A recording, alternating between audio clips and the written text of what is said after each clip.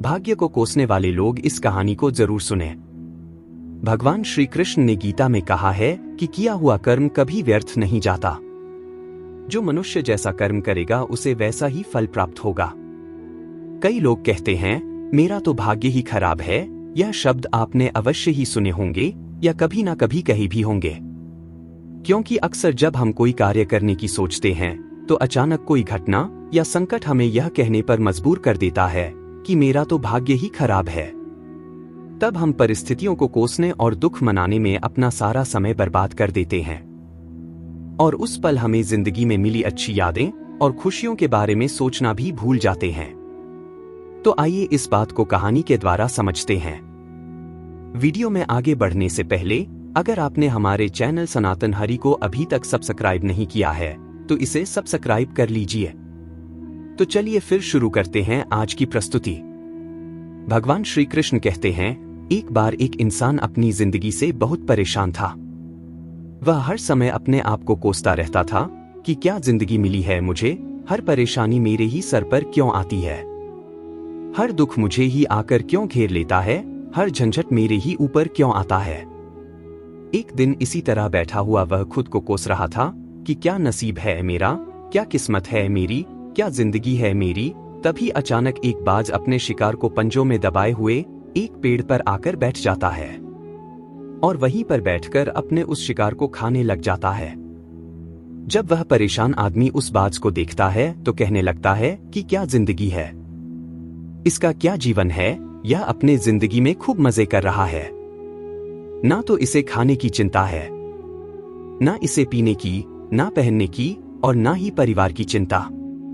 यह तो आराम से शिकार करता है और मस्त खुली हवाओं में कभी इधर तो कभी उधर घूमता रहता है, सारे दिन आसमान में उड़ता रहता है।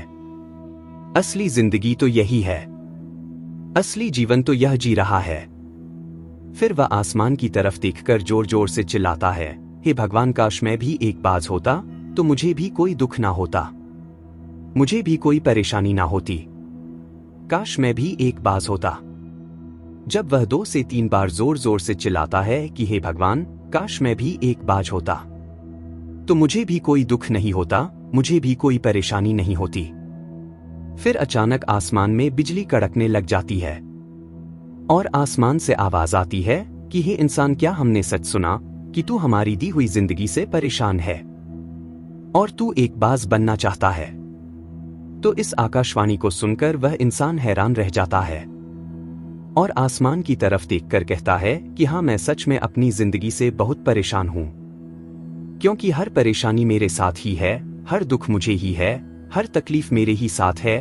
तो आसमान से फिर आवाज आती है, हे इंसान, एक बार फिर सोच ले, हमने तुझे बड़ी प्यारी जिंदगी दी है, लेकिन अगर फिर भी तू चाहता है कि हम तुझे बाज बना दें तो हम तुझे बाज बना देंगे, लेकिन अगर एक बार हमने तुझे बाज बना दिया तो फिर हम तुझे दोबारा बाज से इंसान नहीं बनाएंगे।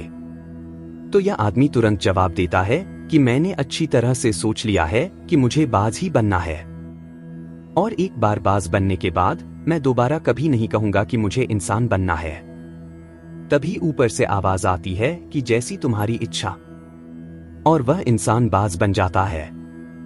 बाज बनते ही वह इंसान खुली हवाओं में उड़ने लगता है, कभी उड़ता हुआ इधर चला जाता है तो कभी उड़ता हुआ उधर चला जाता है और सोचता है क्या मजे की जिंदगी है। असल जिंदगी तो यही है, ना कोई चिंता, ना कोई परेशानी, ना कोई डर। वह सारा दिन ऊंचे आसमान में उड़ता रहता है, कुछ देर पंख मारता, फिर उसके बाद पंख मारना बंद कर देता और लंबे समय तक हवाओं में तैरता रहता। इसी तरह हवाओं में तैरते हुए शाम का समय नजदीक आ जाता है तो वह सोचता है कि मेरे पास रहने का एक ठिकाना भी होना चाहिए, मेरा अपना एक घर होना चाहिए जहां मैं रात में आराम कर सकूं। तो यह सोचकर वह छोटी छोटी लकड़ियां इकट्ठा करने लग जाता है और एक ऊंचे पेड़ पर अपना घोंसला बनाने लग जाता है। एक एक लकड़ियां इकट्ठा करके वह अपने लिए एक सुंदर सा घोंसला तैयार कर लेता है और रात में उसी में सो जाता है और सोचता है सुबह उठकर शिकार करूंगा और शिकार करने के बाद फिर से मौज मस्ती भी करूंगा। सुबह होते ही वह शिकार की तलाश में निकल पड़ता है हवाओं में उड़ता रहता है, ऊपर से देखता है कि कहीं जमीन में मुझे कोई शिकार नजर आए तो मैं तुरंत जाकर उसे दबोच लूं और वहीं पर खा लूं।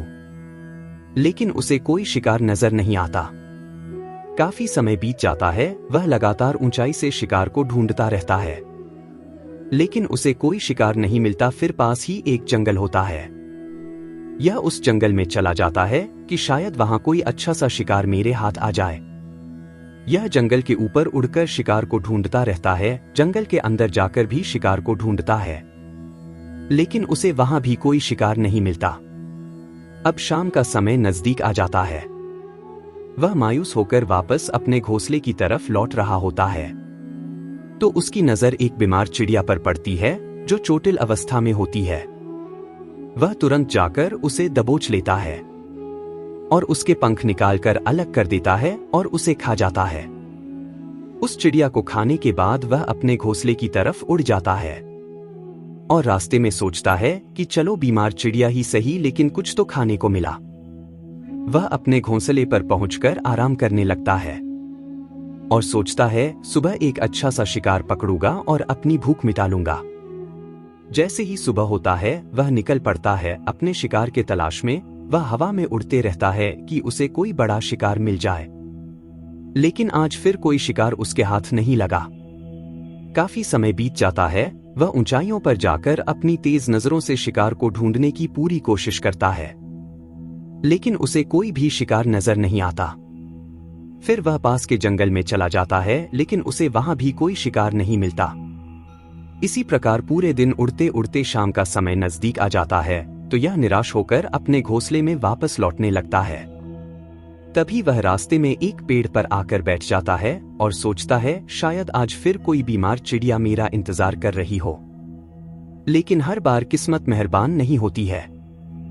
आज उसे कोई बीमार चिड़िया नहीं मिलती। वह थक हार कर वापस अपने घोंसले की तरफ चल पड़ता है और घोंसले पर पहुंचकर भूखा प्यासा ही सो जाता है और सोचता है कल सुबह एक बड़ा सा शिकार पकड़ लूंगा और आज की भूख भी मिटा लूंगा।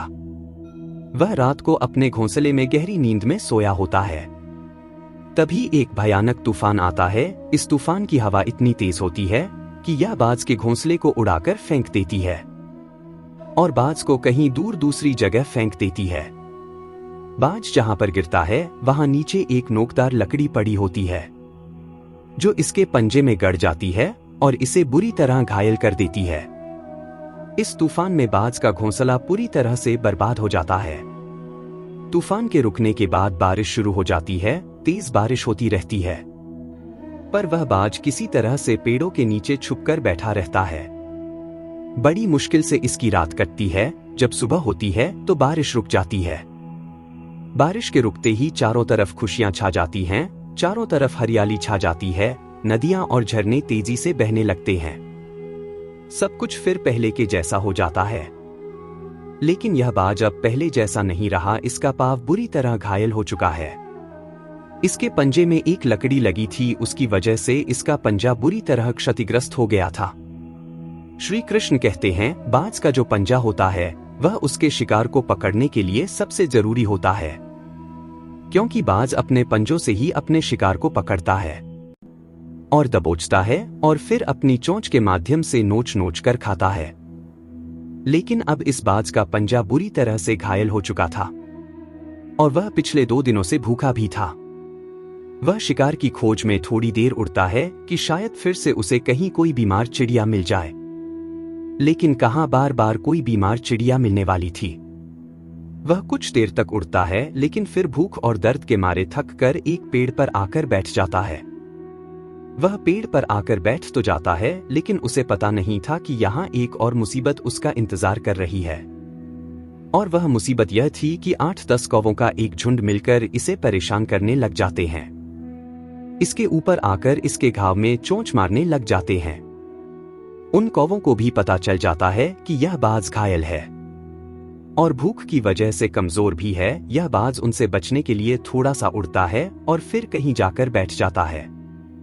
वह उनसे पीछा छुड़ाने का प्रयास करता है, लेकिन वह कौवों का झुंड इसका पीछा नहीं छोड़ते और बार बार इसके पास आकर इसे परेशान करते हैं। कौवे अक्सर बाज के साथ ऐसा करते हैं लेकिन फिर बाज भी उनके साथ एक खेल खेलता है। जब कौवों का झुंड बाज को परेशान करता है और उनका पीछा नहीं छोड़ता तो बाज हवा में सीधी उड़ान भरने लग जाता है। वह तेजी से सीधा ऊपर की ओर उड़ने लग जाता है। कौवे भी उसके पीछे पीछे होते हैं, लेकिन कुछ देर तक उड़ने के बाद कौवे ऐसी ऊंचाई पर पहुंच जाते हैं जहां पर उन्हें ठीक से ऑक्सीजन मिलनी बंद हो जाती है। उनका दम घुटने लग जाता है, उनकी सांस रुकने लग जाती है, तो फिर वह वहां से ऊपर नहीं जा पाते। पर बाज तो बादलों से भी ऊपर उड़ सकता है, इसीलिए वह तो ऊपर चला जाता है, लेकिन कौवे वहां से ऊपर नहीं जा पाते और वह नीचे आने लगते हैं। तो इस तरीके से बाज उनसे अपना पीछा छुड़ा लेता है। लेकिन ऐसा करने के लिए, इतनी ऊंची उड़ान भरने के लिए इस बाज के पास उतनी ताकत नहीं थी, क्योंकि यह भूखा भी था और घायल भी था।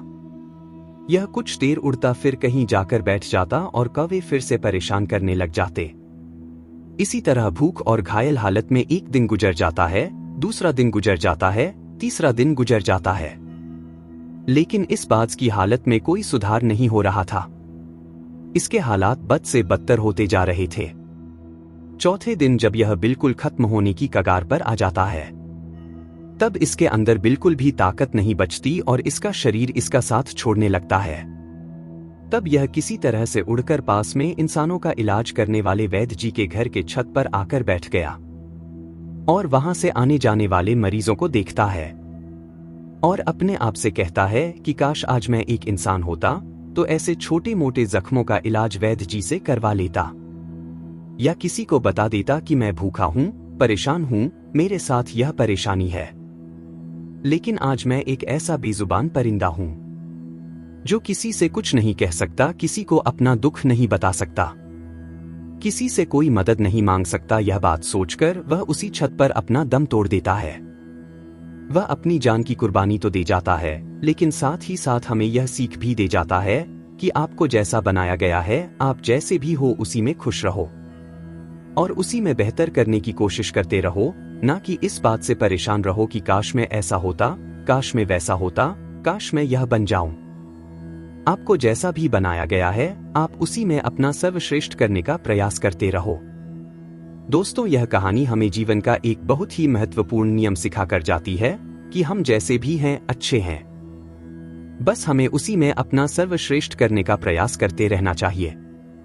दोस्तों, अगर आपको यह वीडियो अच्छी लगी हो तो हमारे चैनल को सब्सक्राइब करें और वीडियो को लाइक करें और कमेंट में जय श्री कृष्णा अवश्य लिखें।